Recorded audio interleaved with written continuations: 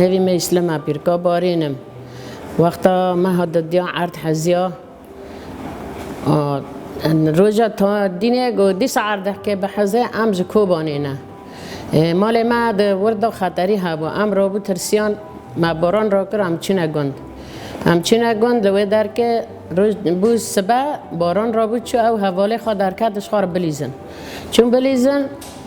را بود لوی در که هینه داعشن قنبله داعشن دیه را کرنه پی لیستنه و وقتی چه که پی داده تاقه دست نگوی داره خبرش مرا هاد گو باران قنبله پی تاقه گو جا بینا مریه تاری مرا کرانی هاد و بود 6 ماه جمع علاج دکنه کرکی مسر اترنیت زاتنا دیوا و ما بری خواه پیدا کرد و باران من نگویجی چه کرن و تفاول خدر که و بگره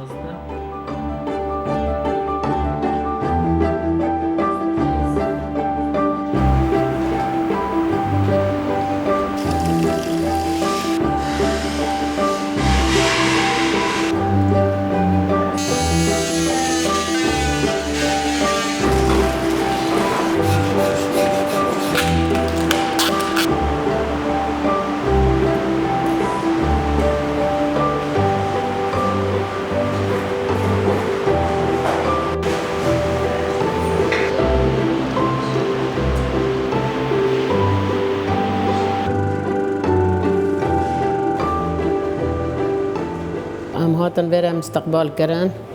چون وضعی وی نهارین نگیوی برن گوت ام جیرا بنیرن دبی نابد جیرا فیزیایی کردن علاجی فیزیایی کردن و دعم نفسی جیرا برن چون بیرا شور کردن اخوابی تالی جیرا بون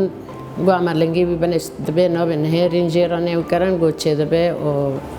من آوا ساعت آخاش